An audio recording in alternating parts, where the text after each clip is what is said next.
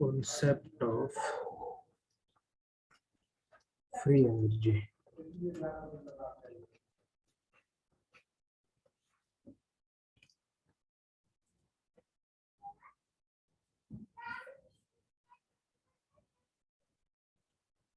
Free energy को हम Gibbs free energy भी कहते हैं। Gibbs free energy,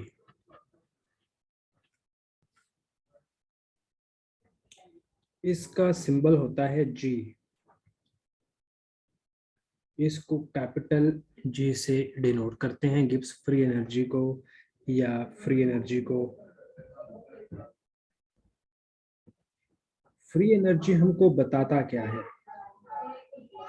free energy हमको ये बताता है कि जो कोई केमिकल रिएक्शन है वो या तो खुद ब खुद होगा या खुद ब खुद नहीं होगा। केमिकल रिएक्शन दो तरह से होते हैं, को कहते हैं स्पॉन्टेनियस रिएक्शन, और दूसरा नॉन स्पॉन्टेनियस रिएक्शन। दूसरा non spontaneous reaction, non spontaneous. तो अब फ्री एनर्जी की जो वैल्यू होती है, वो फ्री एनर्जी की वैल्यू ये बताती है कि रिएक्शन स्पॉन्टेनियस होगा या नॉन स्पॉन्टेनियस। फ्री एनर्जी को डी से रिप्रेजेंट करते हैं, चेंज इन फ्री एनर्जी को डेल्टा जी से। डेल्टा जी की एक इक्वेशन है, उसको जब हम उसमें जस्ट वैल्यूज पुट करते हैं, सॉल्व करें और आंसर आ जाए नेगेटिव में, इसका मतलब है रिएक्शन ये स्पॉन्टेनियस होगा। जिस रिएक्शन की हम change in Gibbs free energy find करें और वो change in Gibbs free energy negative हो तो वो रिएक्शन स्पॉन्टेनियस होगा। और अगर change in Gibbs free energy की वैल्यू पॉजिटिव हो तो वो रिएक्शन नॉन स्पॉन्टेनियस होगा।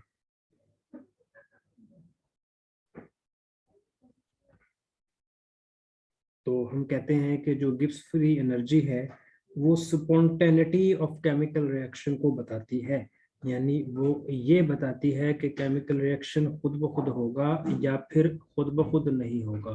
Spontaneity of chemical reaction.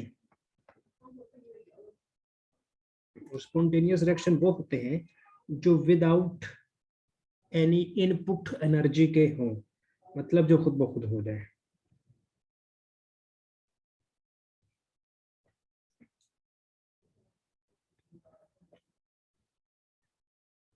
तो अब इसकी कुछ इक्वेशन है, मैथमेटिकल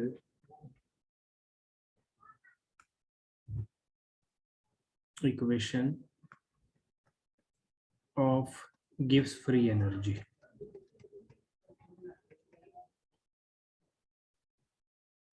वो है G is equal to H minus T S. G is equal to H minus T S. G क्या है? Gibbs free energy.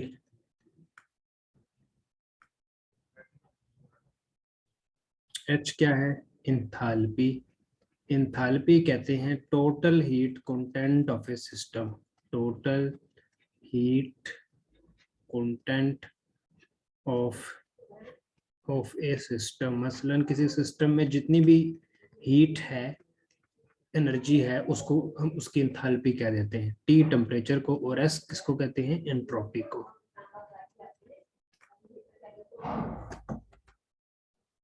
तो इक्वेशन ये बनी है G is equal to H minus T S.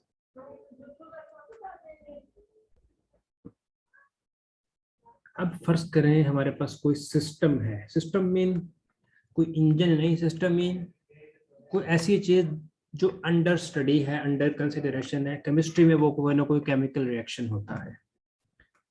तो फॉर ए सिस्टम, हम उसको system 1 कह देते हैं। फॉर ए सिस्टम 1, तो G1 is equal to H1 minus T S1। For a system 2, G2 is equal to H2 minus T S2। तो इसको equation number 1 कह दें, इसको इक्वेशन नंबर 2 कह दें।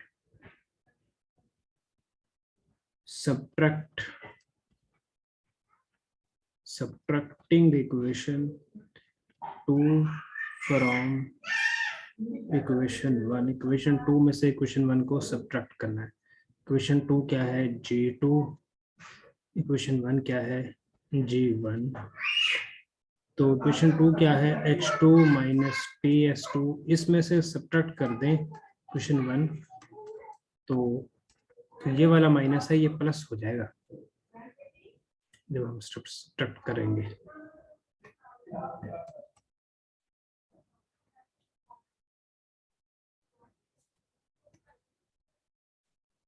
तो G2 माइनस G1 को हम G2 minus G1 is equal to H2 minus H1 plus TS1 minus TS2 ऐसे लिख सकते हैं। इसको बस अरेंज किया, इसको इधर कर दिया। G2 माइनस G1 की जगह पर delta G, H2 minus H1 की जगह पर डेल्टा H, जी जी डेल्टा जी। और T को अगर कॉमन कर दें तो S1 माइनस S2, तो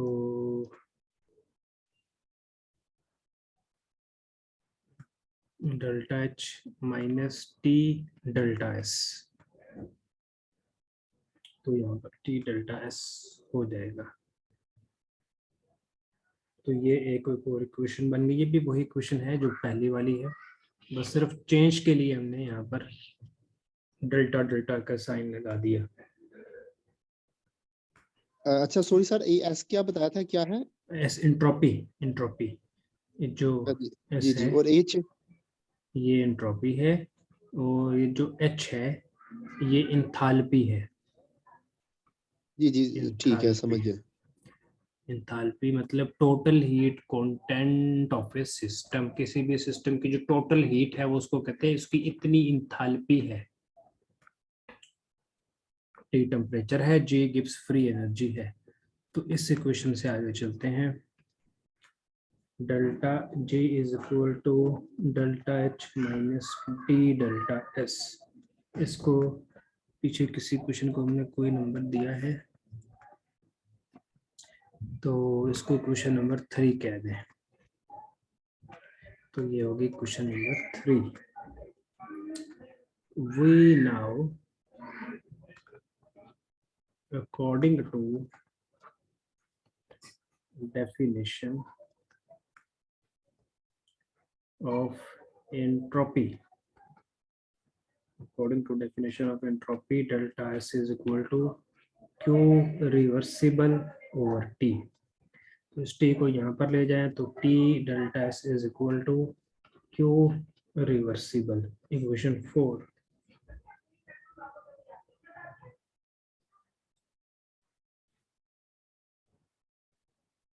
अच्छा, when pressure is constant, when pressure is constant,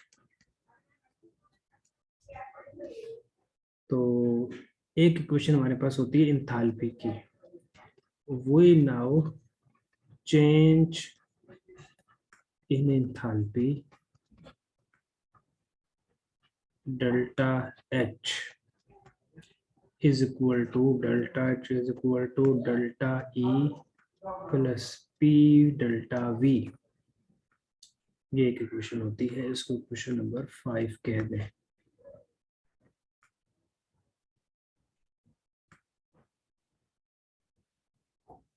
अब करना क्या है, करना यह है कि जो इक्वेशन 3 है, इक्वेशन 3 में डेल्टा H की इसमें जगह 4 और 5 वाली पुट करेंगे। हाँ बस पुट 4 and 5 in equation 3, तो delta G is equal to delta E plus P delta V minus Q reversible.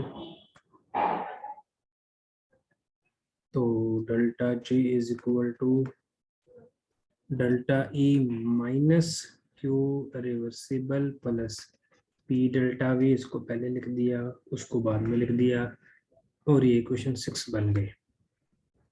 We now according to first law of thermodynamics। Thermodynamics का जो फर्स्ट लॉ है वो क्या कहता है, वो ये कहता है कि क्यू रिवर्सिबल बराबर होता है डेल्टा ई प्लस डब्ल्यू। ये क्वेश्चन 7 है। ये क्वेश्चन 7 क्या है, फर्स्ट लॉ ऑफ थर्मोडायनामिक्स। इसको बना देते हैं।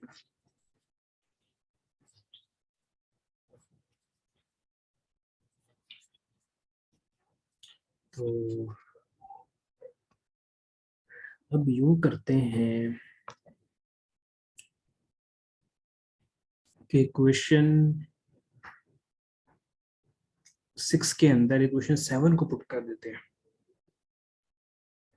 Put Q reversible from equation 7 in equation 6। तो delta J is equal to delta E minus इस क्यू रिवर्सिबल की जगह उसकी वैल्यू, तो delta E minus W plus P delta V, कुछ इस तरह से हो जाएगा। ये दोनों कैंसल आउट हो जाएंगे। Delta G minus W plus P delta we. तो ये गिब्स फ्री एनर्जी की एक इक्वेशन बन गई, जी जी जिसमें जरा वर्क भी आ रहा है। तो delta G is equal to, इस वर्क को हम मैक्सिमम वर्क कहते हैं, प्लस पी डेल्टा वी।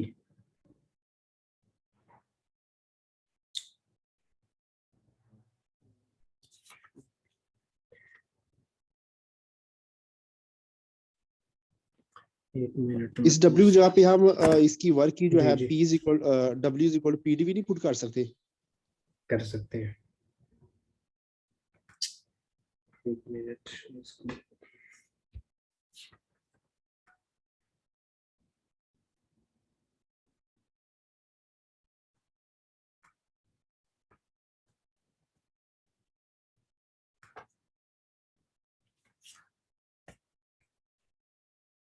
इस वर्क और इस वर्क में एक छोटा सा डिफरेंस है। ये नॉर्मल वर्क है और ये एक मैक्सिमम वर्क है। तो मैं एक दफा कोर्स ऑफ डाउन एक दफा देख लूं कि हम सही चल रहा है। Concept of energy, derivation of free energy and Helmholtz free energy equation, variation of free energy with temperature।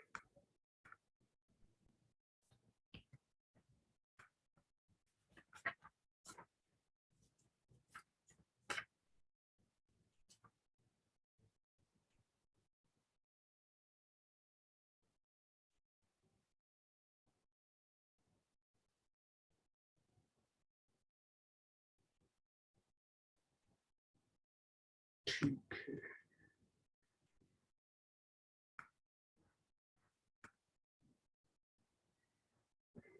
Okay, इसको अभी लेकर चलते हैं।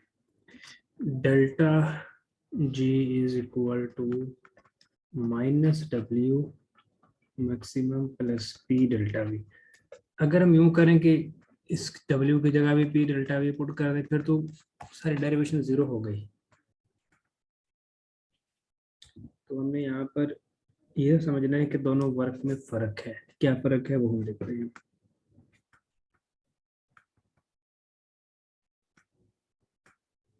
पी डेल्टा वी ये भी वर्क है, is work of expansion.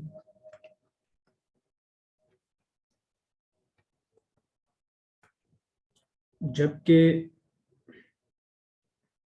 W max stand for maximum work other than work for expansion. यानी work for expansion, work for expansion का मतलब वॉल्यूम में, वॉल्यूम को एक्सपैंड करने में जो वर्क डन हुआ है उसको वर्क ऑफ एक्सपेंशन कह रहे हैं। W मैक्सिमम ये भी एक वर्क है, लेकिन ये वो वर्क जो वर्क फॉर एक्सपेंशन है उससे हटकर है. W max stand for maximum work other than work for expansion and is called maximum useful work available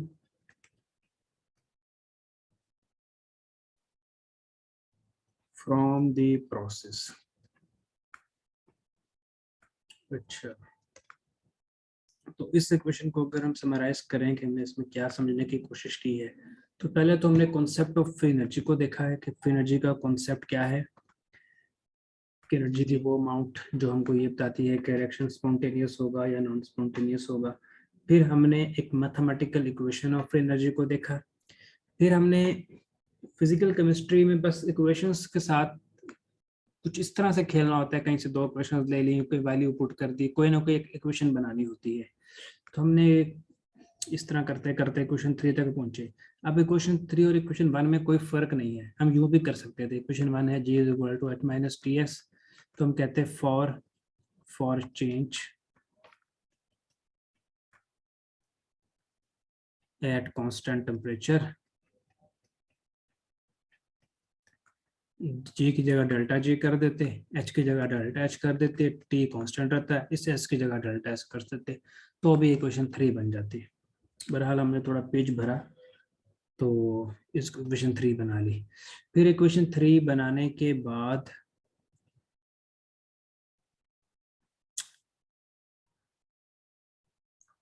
बीच में पेज रहे.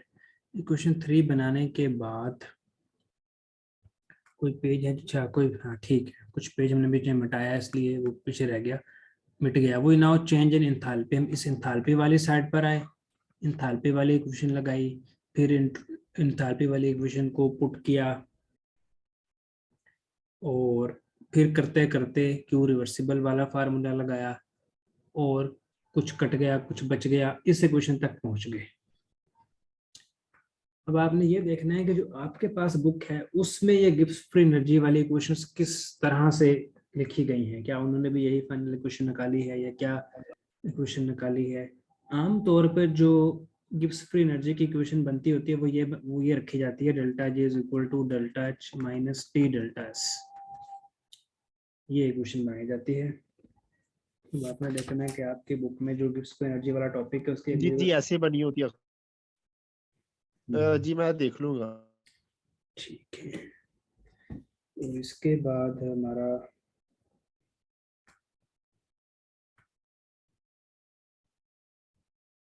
टेम्परेचर. अच्छा, फिर एक और छोटी सी इक्वेशन है जो इसी से रिलेटेड है. उस इक्वेशन को कहते हैं Helmholtz Helmholtz free energy.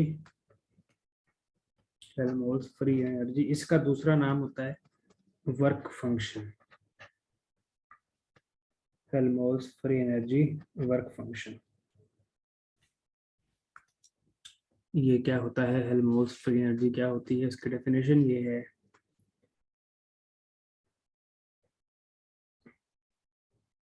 Helmholtz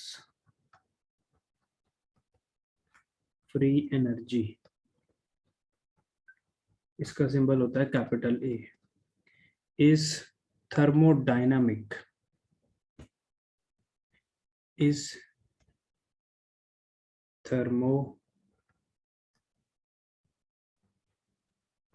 thermodynamic potential that measure the useful work obtained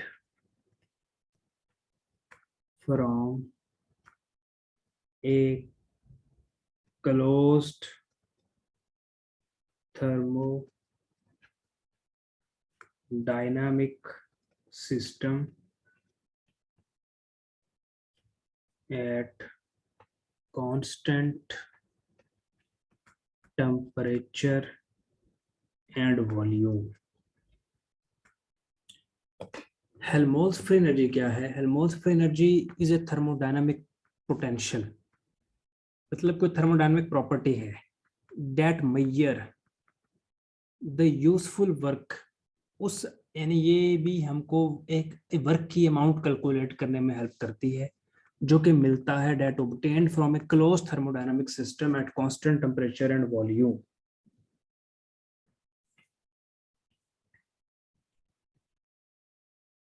जी जी जब टेम्परेचर और वॉल्यूम कांस्टेंट हो उस वक्त जो उस सिस्टम में जो वर्क हो रहा होता है उस वर्क को कैलकुलेट करने के लिए थर्मोडायनामिक पोटेंशियल हम यूज करते हैं जिसका नाम है हेल्महोल्ट्ज फ्री एनर्जी।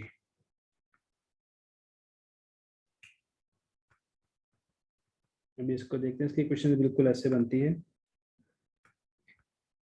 कोई भी थर्मोडायनामिक सिस्टम कांस्टेंट टेम्परेचर और वॉल्यूम पे जो काम करता है उस काम करने की जो मेजरमेंट है उसके लिए जो हम चीज यूज करते हैं उसको कहते हैं हेल्महोल्ट्ज फ्री एनर्जी। जी जी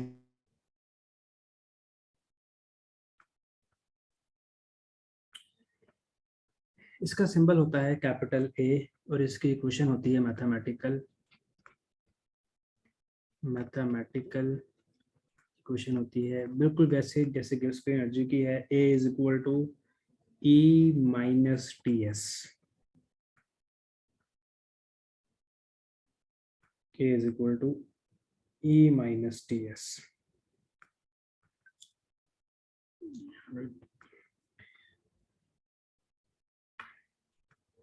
तो A is equal to E minus T S. वैसे एक फॉर एक सिस्टम के लिए ए वन कर दें, इसे ई वन कर दें, इसे एस वन कर दें। दूसरे सिस्टम के लिए ए टू कर दें, इसे ई टू कर दें, इसे टी एस टू कर दें। फिर इन दोनों का इसको इक्वेशन ए कह दें, इसको इक्वेशन बी कह दें। फिर इन दोनों को सब्ट्रैक्ट कर दें, सब्ट्रैक्टिंग इक्वेशन बी फ्रॉम ए। तो ए यानी टू, ये सारे का सारा वैसे ही या सिर्फ यहाँ पे ये चेंज हुआ है? हाँ सारे का सारा बिल्कुल वैसी है, सिर्फ ए चेंज हुआ है। तो हम इसको थोड़ा सा अगर सिंपलीफाई यानी आगे इस तरह करके जो थोड़ी सी हमको इक्वेशन मिलेगी वो यूं मिलेगी, delta A is equal to delta E minus T delta S. सिर्फ डेल्टा लगाना है तो हम इस तरह कर देते हैं। फिर हमको पता है कि जो डेल्टा एस है वो क्यू रिवर्सिबल ओवर टी के बराबर है। और जो डेल्टा ई है, अच्छा डेल्टा ई क्या है? Change in internal energy. किसी भी इक्वेशन को समझने के लिए जरूरी होता है कि उस इक्वेशन में जो जो चीज लिखी है ना वो उसका बस पता हो। Change in internal energy. Internal energy क्या होती है? किसी भी सिस्टम में तीन तरह की इंटरनल एनर्जी होती है, rotational energy, vibrational energy, translational energy. तो change in internal energy delta E is equal to Q reversible minus W maximum. तो इसको इक्वेशन कोई नाम दे दें या बस अब करना ये है कि डेल्टा ए की जगह ये वैल्यू पुट कर दें, Q reversible minus W max. और इस डेल्टा एस की जगह पर क्या पुट करें? क्यू रिवर्सिबल ओवर टी, ये वाली वैल्यू। तो ये टी से टी कट जाएगा। तो delta A is equal to Q reversible minus W max minus Q reversible.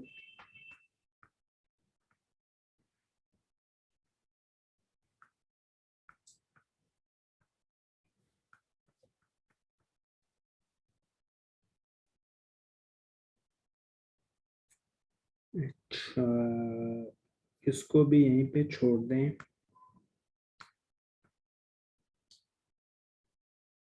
जी जी इसको भी यहीं पे छोड़ दें। इसके आगे एक छोटी सी चीज मुझे कंफ्यूज कर रही है, वो मैं फिर कल देखकर कल से इसको कंटिन्यू करेंगे।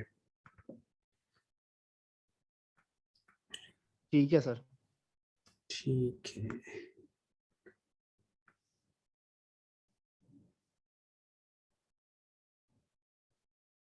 ओके ठीक है, ओके, अल्लाह हाफिज। ओके ओके, अल्लाह हाफिज।